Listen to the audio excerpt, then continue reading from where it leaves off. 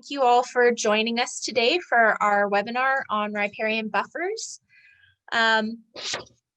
This webinar is brought to you today by a grant on the protection of cropping watershed systems and climate change awareness in Lamont County. So this grant was funded by the Canadian Agricultural Partnership, the Government of Alberta, and the Government of Canada. And the project partners on this grant are Lamont County, Cows and Fish, the North Saskatchewan Watershed Alliance, and the Vermilion River Watershed Alliance.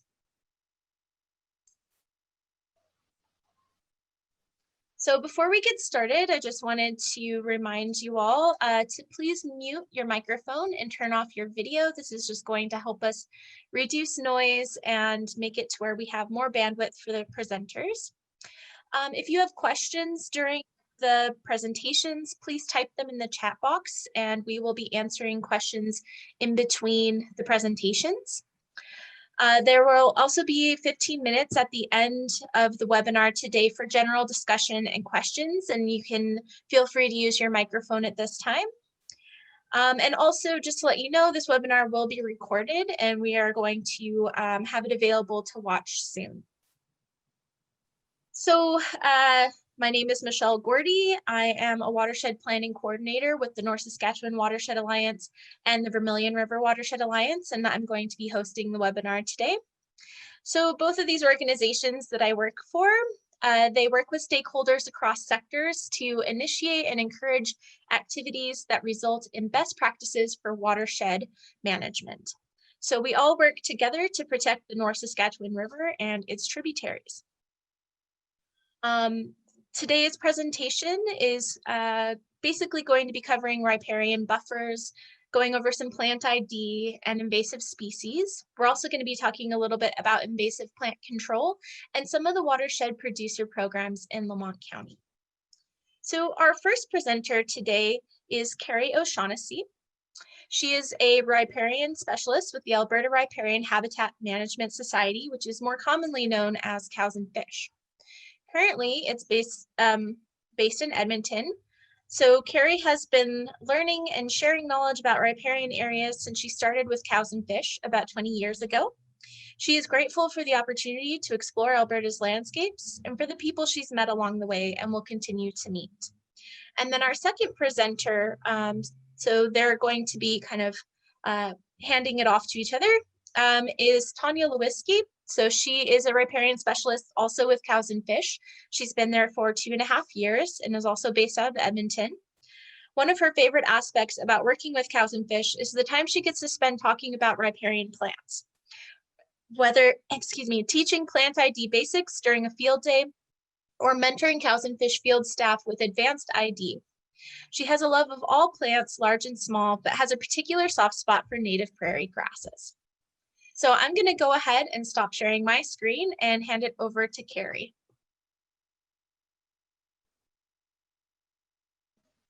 All right, thank you very much, Michelle.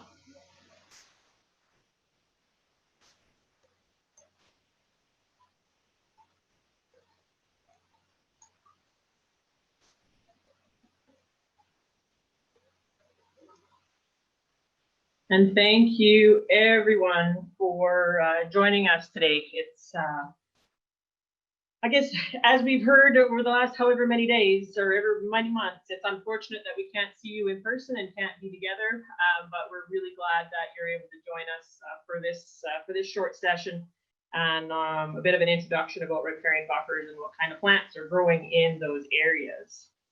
So I do want to thank Michelle for taking care of some of the logistics and housekeeping behind the scenes for us as this partnership is presenting this day.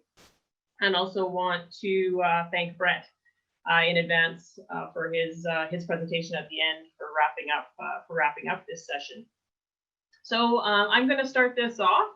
And for those who don't know, Cows and Fish is a not-for-profit organization working in Alberta on riparian areas and their management. So Alberta Riparian Habitat Management Society is our formal name. So it takes us beyond just the agriculture community and into other parts of the watersheds as well. But we do have our roots in agriculture, and we love to share our experiences and stories from that sector. So our primary goal in life is to foster stewardship of riparian areas and a better understanding of how improvements in management of them and understanding them better can enhance landscape health and productivity for the benefit of all who use them, whether they're human, four-legged, flying around, or swimming. So in addition to the sort of partners and funders that are supporting this particular session today, I also want to acknowledge our cows and fish members and supporters who on a day-to-day basis allow us to do what we do. So a large component of what Cows and Fish does and what Tanya and I do is extension and education and awareness. So typically we would be bringing a day like this to you out on the landscape, actually in the field somewhere. But obviously we aren't able to do that. So we're trying a new way, like everybody is, to try and still engage and keep people informed and learning about the riparian landscape. So we are often just explaining general information about how riparian areas work and also what makes them healthy. So it's always good, I think, to start at the beginning for some of these things and just give ourselves a bit of context. Where is this part of the landscape that is riparian? What is it, in case you're not familiar? And basically, they're the green zones of water-loving vegetation that are next to a stream, a river, a lake, a pond, a slough, a wetland, anything like that. They're a unique part of the landscape because of the influence of water, and that affects the soils and thus the plants that live there. They're also a really important part of the landscape because they do some critical things. They sort of those natural functions, ecological functions that are related to water quality, water quantity, primary productivity, biodiversity, as well as carbon sequestration, which is good again for not only the wild part of our world, but also for humans. So the riparian areas are transitional between the aquatic open water zone and the uplands. So they're generally around the bottom of a hill, at the bottom of a valley, and they can fluctuate from year to year and from time to time, depending on how much water we're getting and what the precipitation cycles are. And like I said, they are present around lakes, wetlands, as well as streams and rivers.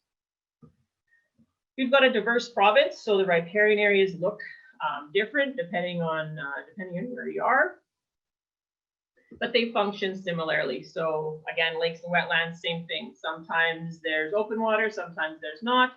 Sometimes there's an emergent zone, that has the vegetation, cattails and things like that growing right out into the water, and that is part of that riparian area. So if there's one thing we know about riparian areas, that is that they are dynamic and changing all the time. They can fluctuate from year to year and from even within the same year during the seasons. So we find it's important to think about what is on the ground making that riparian area what it is, as opposed to a set distance all the time, because there's such a diversity that the same riparian area might be a meter wide in some places, maybe 100 meters wide in another. So we try not to define them by a set distance. We try and look at the ecological boundary and be prepared to adjust and be flexible around that concept. We use the plants to help tell us where that riparian area is, because the plants that live there, typically, naturally speaking, like to keep their feet wet. And as we shift to other species that are typically non-native or introduced, that starts to shift the way that riparian area can function. So some of the more introduced non-native species have less defining root mass. They don't have the same ability to absorb and soak things up. And then the riparian area starts to fall apart and can't function as well as it could. So it's, looking at a riparian area, what's healthy, what's not, we can use the plants to help us distinguish that as well. When we start to lose vegetation or like it starts to shift, as I mentioned, the functions change too. And that's important because when riparian areas are healthy, they provide all these different goods and services for us and different benefits around clean water and aesthetic opportunities, places where we can go these days to be outside and enjoy nature. A lot of them people will explore in those riparian lands. And if the plants have started to shift and the riparian area function is changing, that's when we can be faced with some major issues. And it's not just the riparian area that's providing us this defense and these functions, it's also related to the rest of the watershed as well. So we always try and think about them not just as an isolated piece of the landscape, but part of the larger watershed as well. So we're going to talk about buffers today as one of the ways that we can help mitigate some of those issues. And now this is not the type of buffering that we're talking about, but I got to thinking about it, and there are some parallels between this type of slope, poor connectivity, reduced space or bandwidth, low memory, time and patience, and sometimes you just have to pray that things are going to work out. So sometimes the riparian area itself is the buffer, that naturally occurring zone between the uplands and an aquatic zone. So whenever possible, we want to try and maintain and keep that area intact because that will provide the most benefit and the least amount of problems for us. Other times, we actually may want to extend that buffer. So in this case, we're buffering the buffer, if you want to think about it that way. Say, for example, adding an additional area between a crop and the riparian area just to help, again, start that filtering and start that cleaning process so the riparian area doesn't get overloaded. We're often asked, how far back should a buffer be? And there's lots of evidence and research out there that are assessing the effectiveness of different widths. And again, it depends on the topography, depends on your soils, depends on your slopes. So we're not going to get into that too much today, but just I think a good concept to think about is wider is better. And depending on what kind of landscape you're in, you may need to keep that in mind even a little bit more, because as there's more upland changes to the landscape, more hardened surfaces, more bare soil, that puts more pressure on that riparian zone, and so it may need a larger area to work with. And so, setbacks through fencing or crop setbacks, those are all different ways to achieve the concept of a buffer. There's many instances where the natural riparian area has been encroached upon or has been removed entirely. So sometimes it's helpful to try and rehabilitate it to something that might be considered a bit more natural, if not just for the ecological benefits, but also for some of the operational benefits. This is an example of a pilot project in Lamont County, where this particular parcel that you can see here on the right has been cropped for several years. And even since the 1960s, as moisture cycles changed, it had even been cropped completely through. So as part of a pilot project with Lamont County, a buffer was added. So in this case, it's grassed, and it's about 60 feet wide, 10 meters on I guess to the north side here. Was planted with a native grass seed blend mix, and on the upland side or inland side, it was planted with a perennial or tame pasture seed mix. So 2019 was a great year for growing grass. So it was seeded in June, and later on in August, there was a really good catch for the most part. And that's sort of what it looked like after just one season. We unfortunately didn't get back there in 2020, but just brief conversation with the landowners. And as far as we know, it's still planning to progress. And the goal here is that some of the natural riparian plants will start to encroach, which is why woody plants weren't included in this one. But other times, woody plants are part of that. And so things like eco buffers, edible buffers, shelter belts, those are all different ways to achieve that buffering capacity. The eco buffers are more clustery compared to shelter belts, so they often work really well in riparian areas. And it's important to think about a diversity of species, and the reason for that really has to do with pollinators. And this is an interesting slide, I think, because it just shows that the canola blooming period is right here in the July, but there's lots of different pollinators and bees that are flying around out there, basically from April to September. So they require a variety and diversity of plants to extend their foraging seasons and to be productive. So that's just a really quick intro to sort of the concept of buffers and it sets us up for Tanya's section now that's going to talk about plants. And the values of having those natural areas and then extending those areas is it's water quality related, it's temperature related, it's precipitation related, right down to the economics. So I'm going to pass it off to Tanya, and she's going to talk about why we should care about the plant species and some things about identification. Great, thanks, Carrie. Now, as we transition through, I just realized that we forgot to start our first poll. If you wouldn't mind doing that while I get my presentation opened up. Just want to get a little bit more information about who we're talking to today, because there's last count, there's 51 of you on the call today, which is awesome. This is fantastic.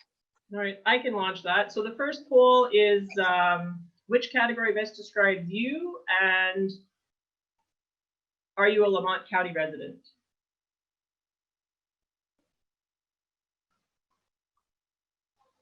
So if everybody can go ahead and click on their screen.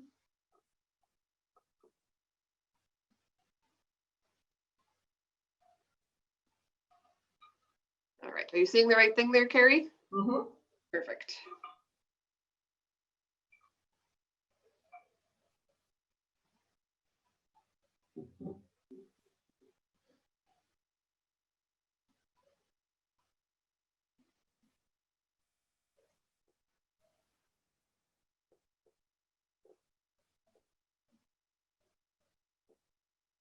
All right, we got about 39 folks that have replied so far. Give you another half a second.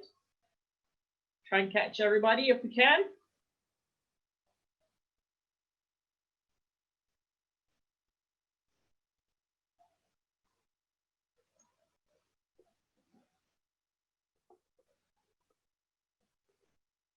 And that will do. Thank you very much.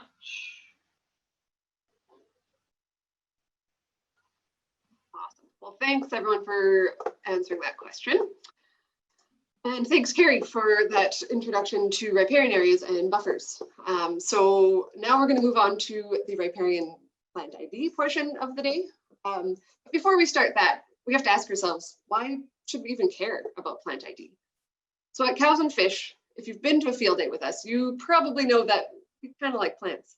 And we're definitely keen to share this knowledge with others.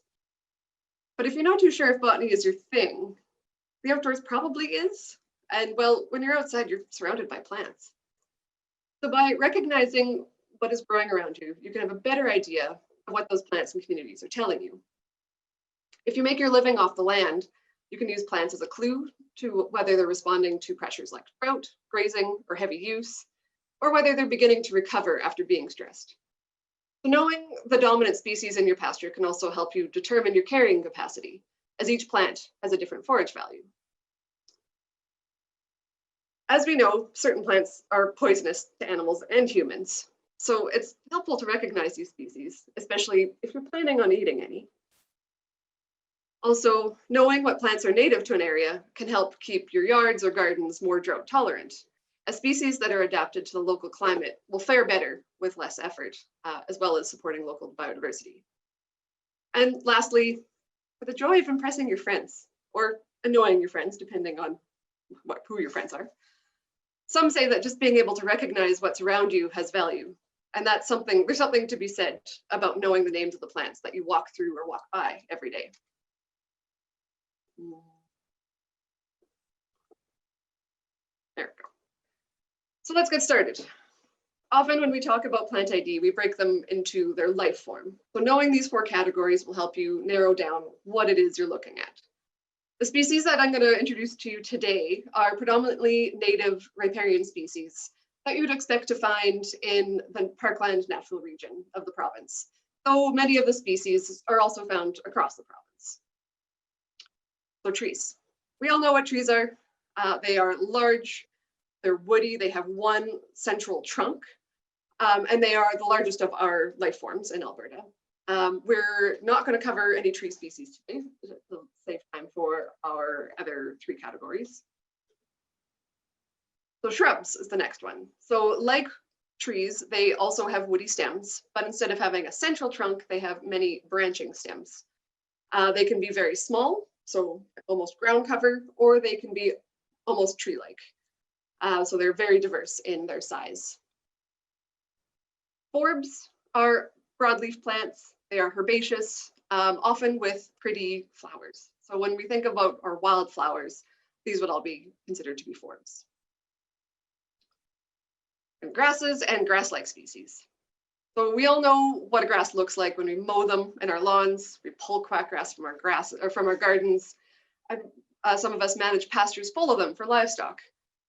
But there's a lot of other different species that is kind of lumped into this category, and they all look very similar. And so if you don't know exactly what you're looking for, they all look the same. So if you've ever been to a field day with anyone from Cows and Fish, you will have heard this little rhyme to help you remember what these different groupings are. So this rhyme is: sedges have edges, rushes are round, and grasses have nodes from their head to the ground. So if you take a stem in your hand and you roll it, if it doesn't roll very well, it's kind of triangular and it's edgy, then your chances are you probably have a sedge. If you roll it and it rolls really nicely, but if you squish it or if you cut it in half, it's not hollow, then you probably have a rush. Grasses, on the other hand, their stems tend to be hollow and they have these nodes, which is a bump on the stem that happens at specific intervals along the stem. And so these are our general 3 grass-like species. So grass ID can be tricky, especially when there's no seed head that's growing or available. We do use some vegetative features that help us to describe the grasses and help us key them out when we see them in the field. Now there's a lot of specific terminology and I'm not going to go over all of it because we don't have a whole lot of time today. But the one thing or 2 terms that I'm going to introduce to you is the blade, which is just a fancy word for leaf. So it is just the leaf of the grass. And then ligule is the other one. So this is a membranous appendage that is attached kind of to the base of the blade. And it can be either membranous, so kind of papery, or it can be a fringe of hairs. Or it can be quite long, or it can be very, very short and almost not there. But the description of the ligule and what it looks like is a really good clue and indicator to help us tell us what grass species we're looking at. The other category that we look at to kind of describe grasses is how they grow. Are they rhizomatous? So a rhizome is essentially an underground stem that it grows horizontally. And then it can produce roots and shoots at regular intervals. So that can either be short rhizomatous, so the rhizomes are very short and they're all kind of close together, or more long rhizomatous. So think of crackgrass as a rhizomatous grass. Or we could have bunch grasses where they're kind of more constricted to one area. They have different root systems. And this is also a very good start, knowing what kind of, if it's a rhizomatous grass or a bunch grass, to help you then key out where you're going next when you're looking at vegetative keys. So now finally, plants, yay. So as you can see, I have both common names and Latin names on these slides. At Cows and Fish, we use the Flora of Alberta by Moss as our source for the Latin names, as those are the names that we've used since we started, and those are the names that are recognized in our database. So there have been many changes to genus and species names for lots of species throughout Alberta. But for the most part today, those are not going to be reflected in our Latin names. So my apologies if these are a little bit older and you don't recognize them if you've learned your plant ID a little bit more recently. So the first grass we're going to talk about is reed canary grass. So it's one of the larger grass species that we have, predominantly grows in riparian areas. They can grow up to 2 meters tall. They often occur in very large clumps due to its rhizomatous growth form. The leaf blades are flat. They can be quite large, so they can be up to 2 centimeters wide, though generally they're more about that 1 centimeter wide. The seed heads are usually quite a bit taller than the leaves. And its extensive rhizomatous root system and dense growth form provides excellent erosion control in riparian areas, particularly when it's found along a stream bank. But it can have these invasive tendencies and displace other native desirable riparian plants. So it's a bit of a love-hate relationship with reed canary grass, especially when it does kind of get a bit out of control. The overhanging stems and blades also provide excellent cover for fish. So the next grass is slough grass, and this is always a delight to find out in the field. It's a medium-sized bunch grass, so 30 to 100 centimeters tall. Leaf blades are also relatively wide for a grass in Alberta. They're up to about 1 centimeter wide, but the blades themselves generally tend to be on the shorter side, so 20 centimeters or less. They do have a conspicuous ligule, so it grows up to 1 centimeter long, pointed with a blunt tip. And the seed heads they're very distinct. They look like stacks of pancakes. There's no other grass that looks like this in Alberta. They're often found on the edges of wetlands, closer to the water's edge in riparian areas. So it does like to have its feet a little bit wetter than some of the other species. So also in this life form are the grass-like species. So this includes sedges. Sedges can look a lot like grasses. So you want to pay attention to the shape of the stem, roll it in your finger. It's triangular and edgy. There are no nodes like are found on grass stems. You're probably looking at a sedge. So we have over 100 sedge species in Alberta. I cannot even pretend to say that I can identify all of them. We definitely try, but sedges can be challenging, particularly if there is no seed heads. So many of our sedge species like to have their feet wet for all or part of the year, or are found generally closer to the water. And so we have what we call the big three. So these 3 species are the more common sedge species we find in the province, and they're found all across the province. They range in height from about 40 centimeters to 1 meter tall. When they have their seed heads, they can be fairly easy to tell from one another. So the beaked sedge, so on the left here, they have seed heads that look a bit like a bottle brush. The seeds are swollen at the base. Water sedge, the leaves are a bit narrower. The leaves have a little bit more of a bluey tinge to it, if you've got your eyes tuned to be able to pick up on that distinction. The seeds are flat, lens-shaped, and they overlap. So the seed heads kind of look a little bit like fish scales. And then on sedge, its seed heads have long, slender beaks. So they're to me, they almost look a little bit hairy. Another distinctive feature about sedge is that its stem and lower leaves are hairy. And so that one is fairly easy to identify when you don't have seed heads, which is great. So moving on to our rushes or round category. So small-fruited bulrush doesn't quite follow our rhyme because it can have both triangular and round stems, which is can be a bit of a conundrum when there's no seed heads. So when it doesn't have a seed head, it can be easily mistaken for a sedge. However, the seed head is very distinctive. It kind of looks like a head of broccoli growing out of this grass or this bulrush. So when it's present, it's very easy to tell what it is. Often Small-fruited bulrush is found along the edges of wetlands or so the open water or streams. And it has excellent deep binding root mass to help protect against erosion. So poll number 2, if either Carrie or Michelle wouldn't mind launching that. I have included a couple of polls to test your knowledge of riparian plants. So when the poll comes up, if you want to click your answer. So I've started with maybe a relatively easy one, and they get a little bit more challenging as we go along. And I'm just going to catch up on the chat while you guys fill that out.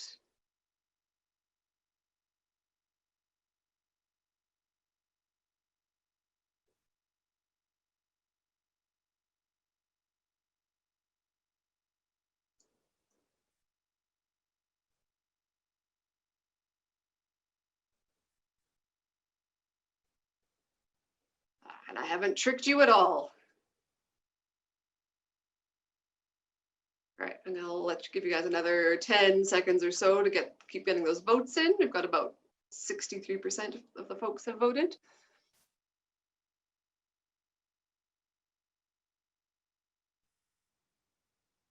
All right.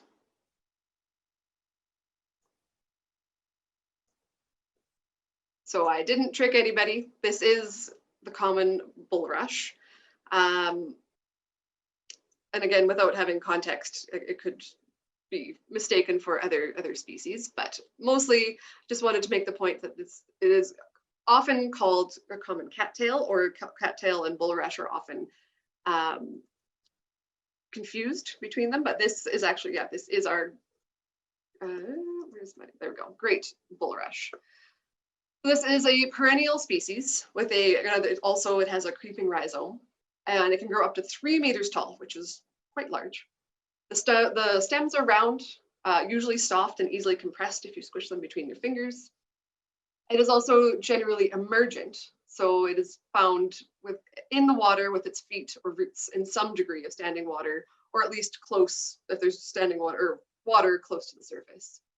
So it often does grow with cattail, or at least grows in similar areas to where cattails would grow, and they are frequently confused.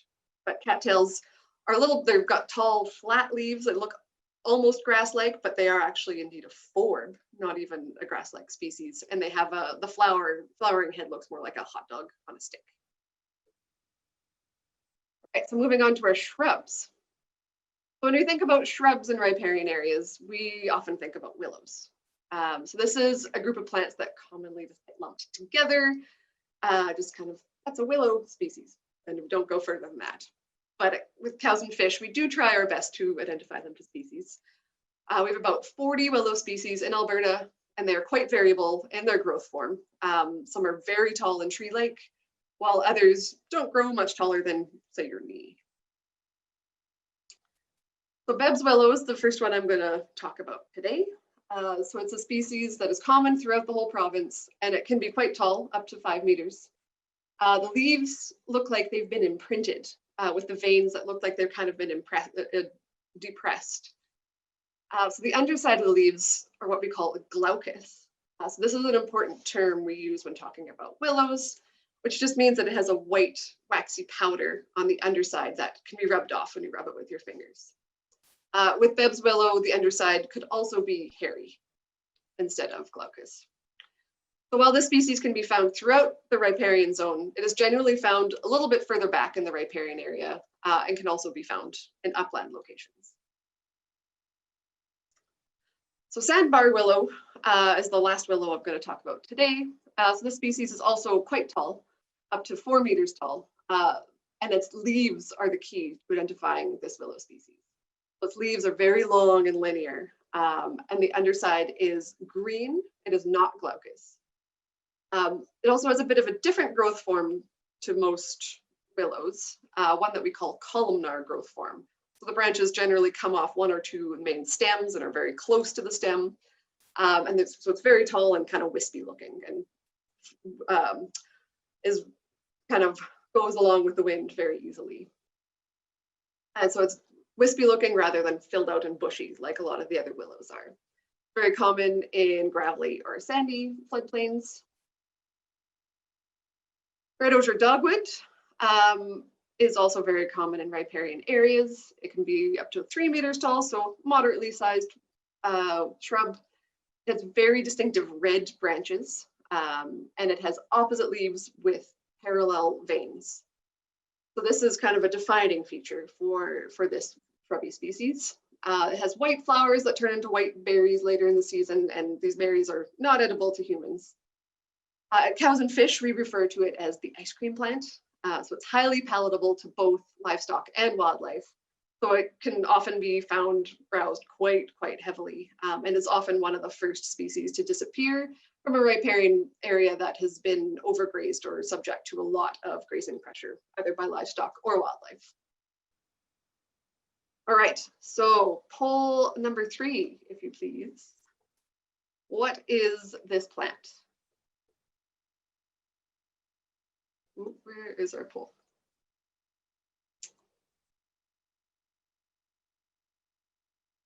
There we go. Thank you. I don't know how to start polls when I'm also sharing my screen.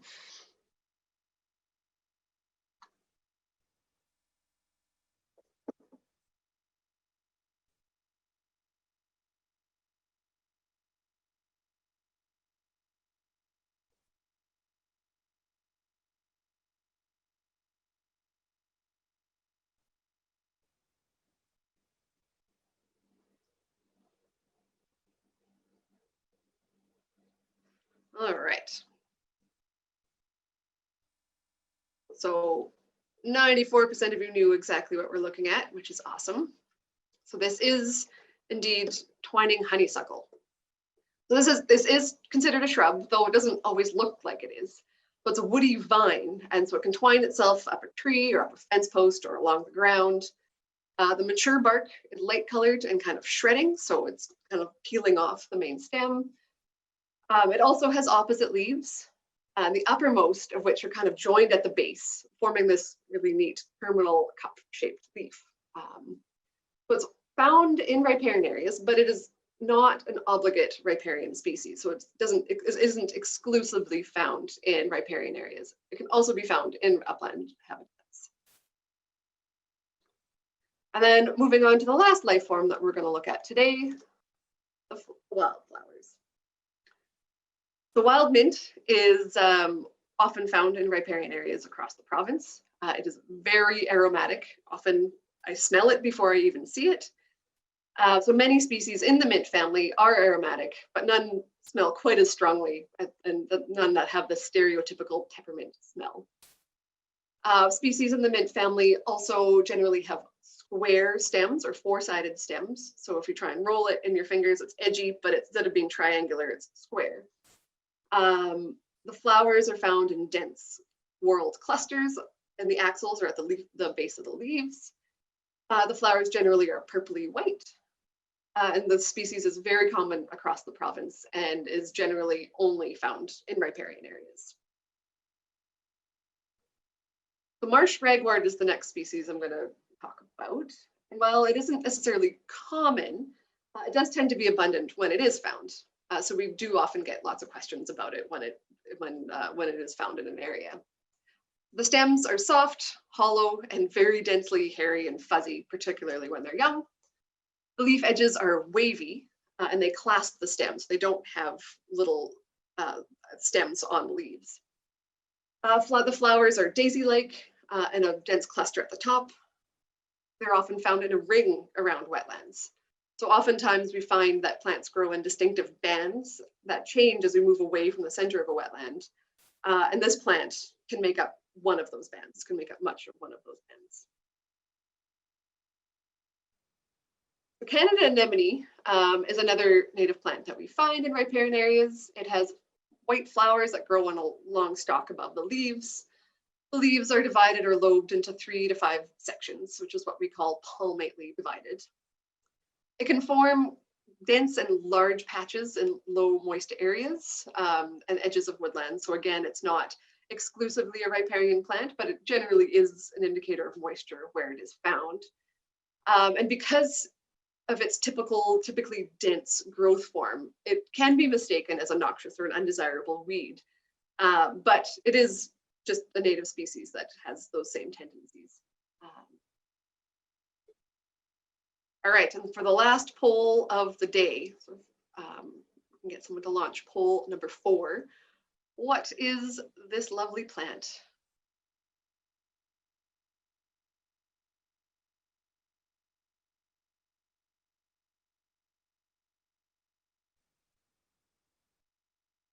Now this one is a bit tricky because again, it's also not a very common species that we find.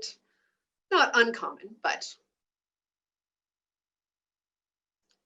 okay, I am tricking you with this. I'm sorry. I'm gonna give you guys another 10 or 15 seconds.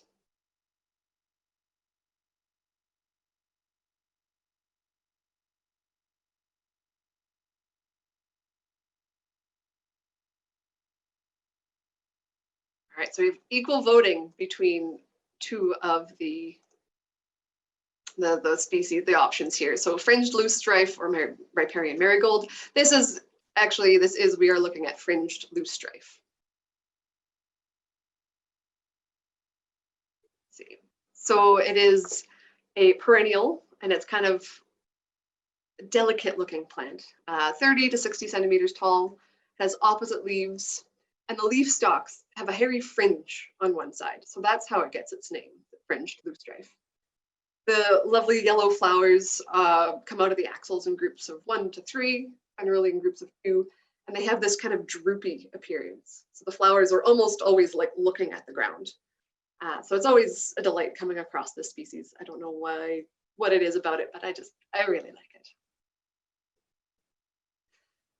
So next I want to touch on a couple of invasive species that we find in riparian areas. So the invasive species are non-native or alien to Alberta, and are the ones we talk about are considered either noxious or prohibited noxious under the Alberta Weed Act. And the specific species I'm going to cover are a particular problem in Lamont County.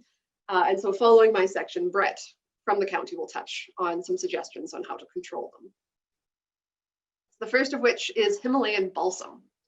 So this is a flowering plant. It can grow up to 3 meters tall, which is really huge. It has these very lovely flowers, which is why people want to plant them in their gardens. It's kind of, they're pink to purplish, and if ever you've planted an impatiens species in your garden from a garden center, it's the same genus. So those flowers do look similar. The leaves are either opposite or in whorls of 3. Their leaves are very toothed with a pointed tip. And the interesting thing about, or I guess the problematic thing about this species is that when the seed pods are mature and when they're disturbed, these seed pods can fling the seeds up to 5 meters away from the plant in all directions. So this is how this plant can get out of control very, very quickly. It is still sold in some greenhouses as a garden plant. So if you are an avid gardener, you just want to make sure you keep an eye out for that. Yes, it's beautiful, but it is also provincially listed as a prohibited noxious species. So please don't plant it if you come across it. And then the next group of plants I'm going to talk about is burdock. So there are actually 3 species that are listed as noxious in Alberta. We've got common burdock, woolly burdock, and great burdock. They're all similar in how they grow and how they look. So they're all biennial. So the first year that they grow, they just have basal leaves. They're quite large, they're very crinkly, and to me they look a lot like rhubarb. The stems are different.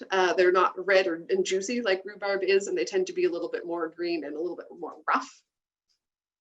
The second year stems can grow up to 3 meters tall, so again, very, very large. Flowers are purplish, and they have these tiny bracts that create these burrs. So if you've ever been walking through the bush or had dogs that come back full and covered with these burrs, you know how sticky and persistent they are. So they get stuck in dogs' furs, they get stuck in horses' manes, tails, they get stuck on our clothes when you walk through them. So it's really, this is how they're able to be spread so easily by humans and animals. So there are many, many other riparian species that I could talk about and I would love to talk about. invasive or otherwise, but this is all that we have time for today. If you are looking for books or other or websites to get more information on plant ID in general, or if you want specific species, are all good resources to go take a look at. So on that note, thank you very much for listening to me and letting me talk about plants. This is Carrie and mine contact information if you want to shoot us an email or give us a call. And yeah, on that note, I'm happy to take any questions. Awesome. Thank you, Tanya. And thank you, Carrie, for your presentation earlier. I'm not seeing any questions yet in the chat box, but I have a question for you, Tanya. You bet. So with that last native species that you showed us with the flowers that were facing down, yes. What type of pollinators might specialize for those types of flowers? That's an excellent question. I would imagine that it would be insect pollinated, but I don't know specifically what kind of insects that would be or what causes that droopiness. That's an excellent question. Unfortunately, I'm not an entomologist. Sorry. If anyone else knows in the audience, we'd be happy to hear your thoughts on that. So we have a couple questions coming in now. This one is from Bradley Peter of Alms. He asks, is purple loosestrife still a big issue in Alberta? In certain areas, yes, it still is.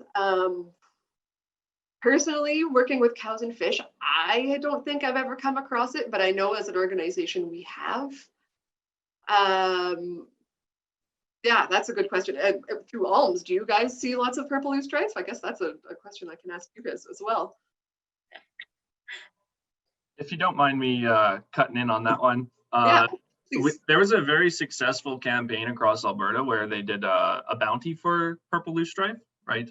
Multiple municipalities did it, right? So you'd actually get paid if you, or reimbursed if you got rid of your purple loosestrife, right?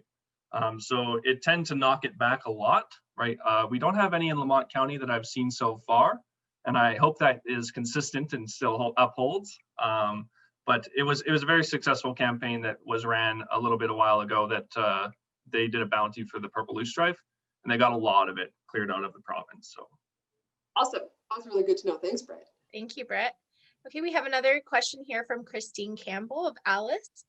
She asks, what's the natural history between purple loosestrife and fringed loosestrife that makes one noxious? Fringed is native? Fringed is native. And actually, I don't even think they're even in the same family. So I don't think there's actually much relation to them at all, other than the fact that they both have the name loosestrife. But I think purple loosestrife is a different family altogether. But yeah, that's a good question, Christine. She says, damn, common names. Thanks. Yeah. Common names. All right. Does anyone else have any questions for either Carrie or Tanya? Oh, we've got a comment from Rebecca Smith that says, wow, did not know that about purple loosestrife bounty. Apparently the carrot works better than the stick for invasive management. Awesome. All right. Tanya, can you touch on the top invasive species that we find in riparian areas through our riparian health data? You know what? I did not brush up on that today, but I believe that just based on what I find and what I see most likely, or most often when I'm out there, is probably thistle. Canada thistle and perennial sow thistle would be my thought, would be the two most abundant. Do you know the answer to that question, Carrie? Yeah, those are the two that I would have said, and I don't know if if people know the difference between noxious and prohibited noxious, and if Brett was going to touch on that. Yeah, I can touch on that quickly here. So it's just kind of a classification based on commonality for the most part, or effects in agricultural or environmental health. So if it's in the prohibited noxious category, it might have certain features to it that make it extremely detrimental to our environment, right? For example, Himalayan balsam is allelopathic on top of the fact that it spreads. So that means it kind of has chemical warfare with other plants and sends out some chemicals that kills other plants off, right? So it's extremely detrimental when it gets into a riparian area, because not only does it spread very quickly, but it also will kill other plants off, right? But a lot of it has to deal with commonality. Most prohibited noxious plants are not very common within Alberta, right? And we'd like to keep them that way. So it's just a classification on how we enforce it, right? Prohibited noxious, we enforce it harder so that we get rid of those plants, right? And make sure that it's not only just a control, but an eradication of them, right? So that we get them out of our areas and we try and maintain a good relationship with our land with those plants. So. Yeah. Thanks, Yeah. Brett. All right, so I think that is a good segue into our next presentation. So Brett, since you've already started talking, let's see if I can. Okay, so I'm just going to introduce you real quick. So Brett Weeks is the Agricultural and Environmental Coordinator of Lamont County. He runs the environmental grants, enforces agricultural provincial acts, and brings environmental stewardship programs to Lamont County.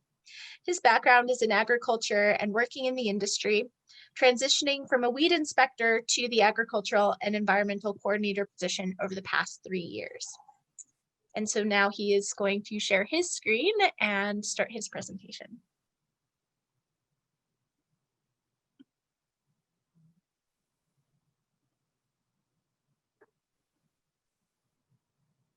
And it's up there now? Yep. Okay. So I'm going to talk about riparian invasive species management. And once again, I'd just like to thank my partners here, Cows and Fish, North Saskatchewan Watershed Alliance, Vermilion River, as well as CAP, right, to help bring this presentation to light and bring it to you guys. So the first part of kind of invasive species management is the identification of if you have an invasive species or not, right? So Tanya was touching base on that a little bit there, right? One good thing is we do have identification guides, right? So most county offices will carry them, right? So if you ever want to pick up a good little identification book for all the noxious or prohibited noxious weeds, just stop by one of the county offices and we can provide it to you. Another good place is Alberta Invasive Species Council. They have excellent information on excellent control methods. So if you're ever curious, go take a look. Also, you can consult with the Lamont County Weed Inspector or myself, right? Weed inspectors are trained employees that work with Lamont County here to help identify weeds and come up with management plans to help mitigate the problem and restore natural areas. So preventive measures for weed control. So I think one of the best things is early plant ID. If we can catch the problems when they're small, it's much easier to deal with them than when they become a big problem. So to do this, we normally would recommend handpicking very small infestations, especially in a riparian buffer, right? It's a good method to control it. And if it's small, it doesn't take too long. On top of that, maintaining a good buffer for your riparian areas will keep invasive species out. So here, one sec. Oh, there we go. So yeah, if you maintain a good riparian area and a buffer, and you keep a good buffer length on there, then we can keep them away from the waterways where they'll thrive a lot more. So natural competition is one of the really good ways to keep plants away from the riparian area. And so we'd like to do that through a buffer, and maintaining a good buffer for good biodiversity will help keep those plants away. Be aware of the invasive species in your area and know how to look for them. So if you consult with your weed inspector or the county here, we can give you a good idea of what kind of plants you'll be on the watch for. A lot of the ones on the act might not actually exist in your area. So the ones that are in your area are probably good ones to know the ID for. Handpicking is effective, but if it gets out of hand and there's a lot of plants, then we can go into some kind of mechanical controls. So farming by a buffer. So we get a lot of people farming by a buffer in Lamont County here. We have a lot of water areas and we have a lot of farmers. So when you're farming by when you're farming by a water area or a riparian area, it's best to leave a good buffer intact, right? I suggest like a 2 to 3 meter or 10-foot buffer from any kind of water body if you're running your equipment by it, right? That just tends to work best with our farmers, and we'd like to see it happen a little bit more than it does, right? And this kind of helps to, we find a lot of people will seed an area like in the picture there. In the middle, it's seeded, but the plants don't come up because it's too wet for the cropped plants to come up, and it's a better habitat for the natural and environmental aspect to just keep the native plants in there. So planted acres kind of affect your profitability when you're planting acres that aren't going to grow up because you're going to get drowned out. Another issue with this is herbicide. So if you're planting that area, a lot of the times farmers will be applying a herbicide to that area as well. This can be extremely detrimental to a riparian area as it affects the plant diversity and it affects the cover in the area as well. So it can lead to a lot of soil erosion as well as slumping and things like that along creek beds or even in the field there. So that's something to watch out for. So buffer help and maintenance. So part of farming by a buffer or maintaining a buffer even in your yard, right, is to be careful of what you do around that buffer itself, right? So herbicide drift or overspray, if you're applying herbicide in a field or something like that, right, can be something you might have to watch out for, right? So each year you might select a different herbicide. So selective herbicides and non-selective herbicides, that's the difference between something like Roundup and maybe something that only kills a broadleaf, right? We want to maintain a good biodiversity in our riparian areas. So we're going to try and avoid using both in a riparian area, despite if you're trying to only hit, you know, a certain weed and you want to hit a broadleaf and you think that it'll keep the grass, right? It's probably best to just avoid the situation. And what we kind of recommend to maintain around a riparian area is mowing. So a lot of people do mowing. I've seen a couple of farmers do it, and they'll mow that fringe between the buffer and their headland of their field. And it keeps the weeds down and it keeps a really nice buffer growing there as well.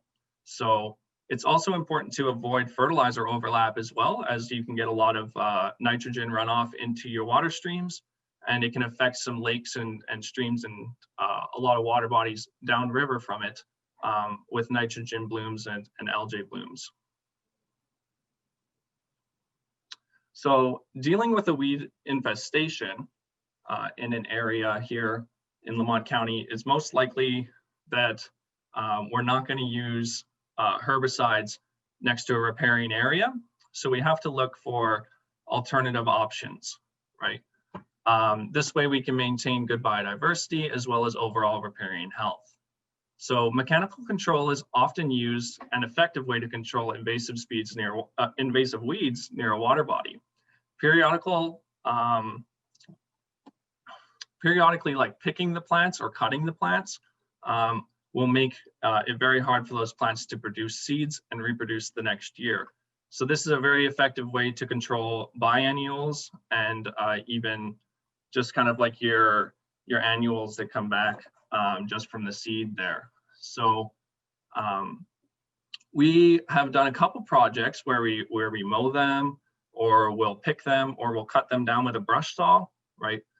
So there's lots of options there to go in there. Hand picking can be a little bit tedious sometimes.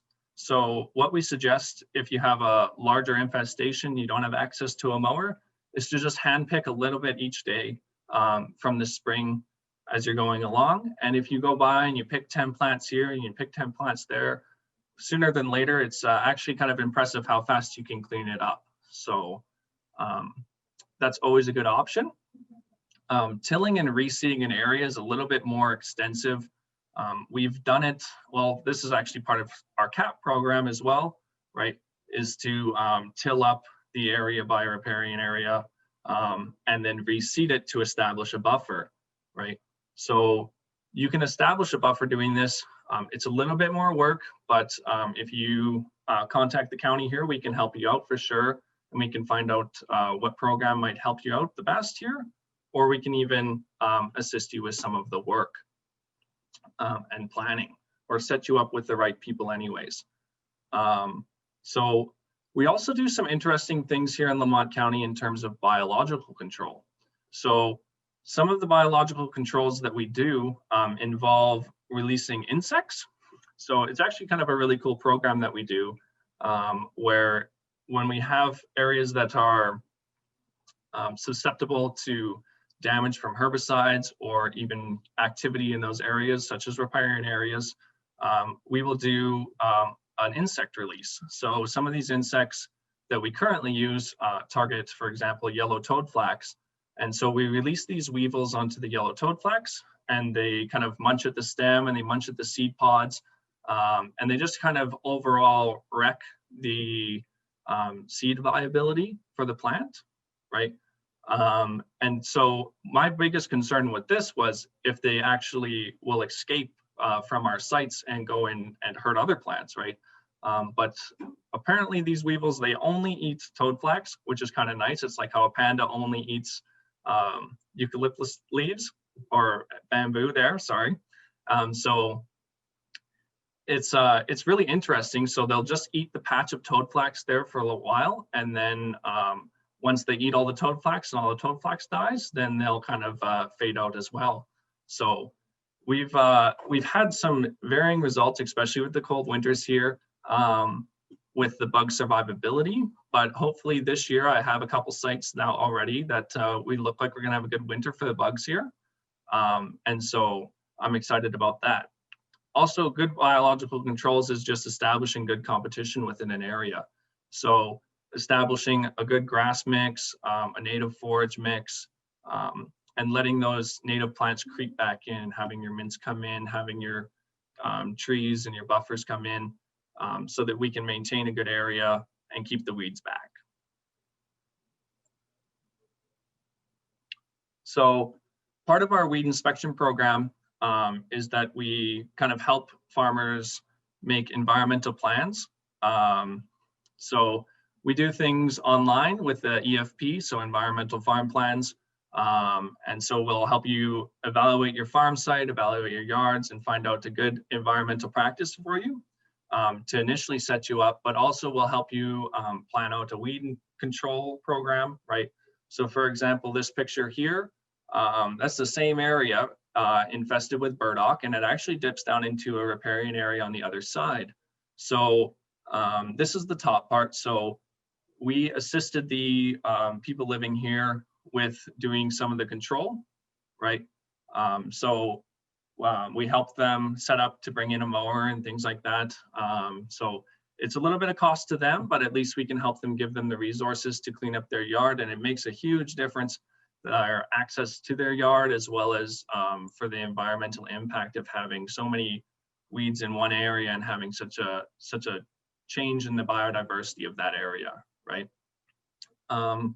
So another thing we'd like to stress is environmental stewardship. So anything that's you think that we can improve on, or if you'd like to improve on your own farm, to help yourself improve your environmental stewardship and the ecological effects of your farm, then you can contact us and we'll help you make a plan, or we'll direct you in the right direction to some of our associates and the people we like to work with for these programs. So we also help out with some general agricultural and environmental advice. So if you're ever looking for just a general inquiry, or you're looking to try and find some resources to help you out, let us know and hopefully we can help you out. So some programs offered here in Lamont County is, of course, this CAP program, the Environmental Stewardship and Climate Change Group program, right? So that's us going out and helping people establish riparian buffers around cropped agricultural land, right? So if you're interested in that program, or you'd like to learn more about that program, or even would like to apply to that program, just let us know, and we can come out and do an evaluation and see if your area will meet our requirements, and if we can get you into the specifications of the program here, and then we can kind of help you establish a riparian buffer and move out from there. And so I really like this program. It's been very successful so far with the people that we've done it with, establishing a good buffer and moving on from there. just to maintain and keep the health of riparian areas up. So another program we offer is WRRP. That's actually with Michelle here, part of our program right now, but it's a different program, and it's similar to this program as well, the CAP program where we establish riparian buffers, except we kind of work a little bit more for just all encompassing kind of water management. This can help with cattle operations or other livestock operations where they're coming down to the creek, and it's probably better to fence that off and maybe pump some water, right? We can help out to do kind of those programs as well, not only the fencing, but also, setting up the pump with you guys and things like that. So if you're interested in that program, let us know, and hopefully we can get you in there. Again, we'll just consult with you and we'll figure out what the requirements are and what you guys need to do to get to the program and move along the process. So I also offer EFPs. So part of our program is doing some EFPs and things like that. So that's an environmental farm plan. So we kind of go through your farm and we kind of evaluate a lot of things around your farm site and your extra properties, your wells, your water bodies, all that stuff. We just kind of make a plan for all of it so that we make sure that we're kind of promoting environmental stewardship and that you're on board with it. And at least it's a good eye opener for a lot of people just to come forward and kind of make a plan and visualize things you might not have thought about before. So if you're interested in making an environmental farm plan, again, please contact me at Lamont County here and we can set you up. Otherwise, we do our weed inspection services. That's more in the springtime and summer, into the fall as well. So we'll go around, we do weed inspections in areas, and we just try and help people clean up the weeds around the county, right? So if you have a weed inspection problem, or if you have identification that you'd like to be having done or anything like that, again, please contact the county and we can help you out with as much as we can here. We also supply a couple other services in terms of our acts, right? So we do a pest control act as well, right? So if you think that you have something that might be detrimental in terms of insects or tree diseases and things like that, again, let the county know here, and we can help assist you with anything that in terms of the wildlife and trees and plants around your area, right? Even if we don't cover it, hopefully I can find you a contact that will help cover it so that we can progress into our environmental stewardship. So once again, before I kind of close off here, I would like to thank all of our partners here, Cows and Fish, Canadian Agricultural Partnership, our CAP program, and then North Saskatchewan and Vermilion River Watershed. I'm very happy that they helped us out with this project and that we can run courses like this for you guys. And hopefully we can continue this in the future. So thanks. Awesome. Thank you, Brett. So we do have a couple questions here. The first question is from Joe, and he is asking about what do you think about beavers moving into the Lamont area? So we do some coexisting programs. That's with WRRP as well. So we have some coexisting programs with the beavers. So whether we install a pond leveler or figure out some kind of way to manage the riparian area that a beaver might have created. Or we also do a beaver management program as well within Lamont County, right? So we do have some people that go and remove dams and remove beavers from areas as well, right? So if you have locations that are being affected by beavers, then we can kind of evaluate it again and then find out what service is best for you. Great. And then we have some questions about removing some invasive plants or other plants. One is, what is the best way to remove sweet clover from the property? Okay, yeah, so sweet clover is not necessarily on the act, and I know it can be kind of a problem. I know a lot of people just mow it down, right? Even having livestock in the area will help that, right? Just to bring that kind of down and get it out of the way there. There is herbicide options available. Use them cautiously, especially if you're going to be around a riparian area. I don't suggest it, right? So there's available options, but mostly just mechanical control of mowing for sweet clover or animals to graze it down. All right. And then I had a couple questions. So for those of us that are not farmers, what does it mean to seed out a buffer? Yeah, so it's when you kind of come in and there might have been a nice riparian buffer established, right? You know, you might have thought, oh, maybe I could farm that land. So you might have tilled it and kind of taken out the riparian buffer and then seeded into it and might have planted your monocrop with wheat, canola, or any other kind of crop that you see around here. Okay. And another question I have is, where can people find information about how to properly remove invasive plants? And that's for all of you. Yeah. So I think the Alberta Invasive Species Council is probably one of the best resources, right? Not only do they have good plant ID, but they also have control methods, right? They have herbicide suggestions, they have mechanical control options. They list some biological control options as well, right? But it's a really good place to start. And if that resource doesn't help you out enough, then I would suggest, you know, contacting the county here, and we can definitely help you out as much as we can. All right. And then Joe asks a follow-up question on the beaver question. So he asks, how do the beavers help or hinder the riparian progress or goals? Okay, so beavers are kind of an interesting creature when it comes to riparian areas. When they get in a riparian area, they can definitely expand it very quickly. You might see some trees coming down and things like that, right? So we have to kind of evaluate if the beavers are coexisting with the area properly, right? Or if they're kind of causing some flooding damage and kind of hindering into what we have already had there, right? So that's part of our program. We kind of evaluate if the beavers are causing some serious flooding damage, right? Maybe hurting some infrastructure, or maybe even flooding out a large area, a much larger area than maybe originally intended, right? And then we might do a little bit of management, right? So we might just take their dam out, let some water go, right? We might try to take the beavers out themselves, or we might put in a coexistence platform so that we can do like a pond leveler that kind of regulates the amount of water that can be held back in that area. All right. Carrie, Tanya, do you have anything to add to that?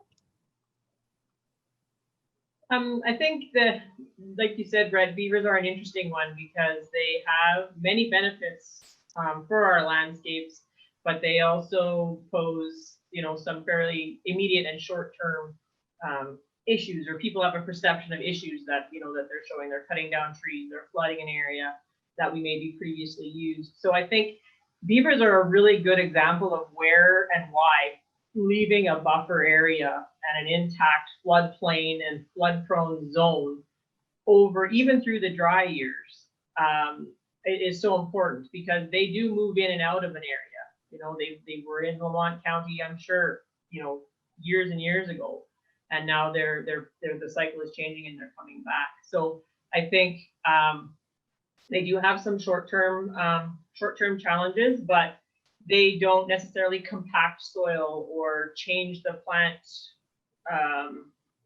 you know, species composition, you know, things like that, the way that humans do. So we, you know, when we're looking at riparian health, we recognize the beaver's role in, you know, in removing trees and shrubs, but they also generally don't, you know, have such as big an impact on riparian health as, say, humans can have. Yeah, I would agree there. Thank you. And Elisa from North Saskatchewan Watershed Alliance is reminding us that we are hosting a webinar next Tuesday with Cows and Fish, where there's going to be a presentation on living with beavers. And you can find out about this on our website, nswa.ab.ca. Yep. And I've just put up the contact information for our 3 speakers today, just in case anyone would like to contact them and ask more questions afterwards as well. So thank you everyone for joining us. This was a really good turnout and we're so happy to see you be a part of this. And if you have any questions or anything, please contact us, let us know. We'd be happy to talk to you.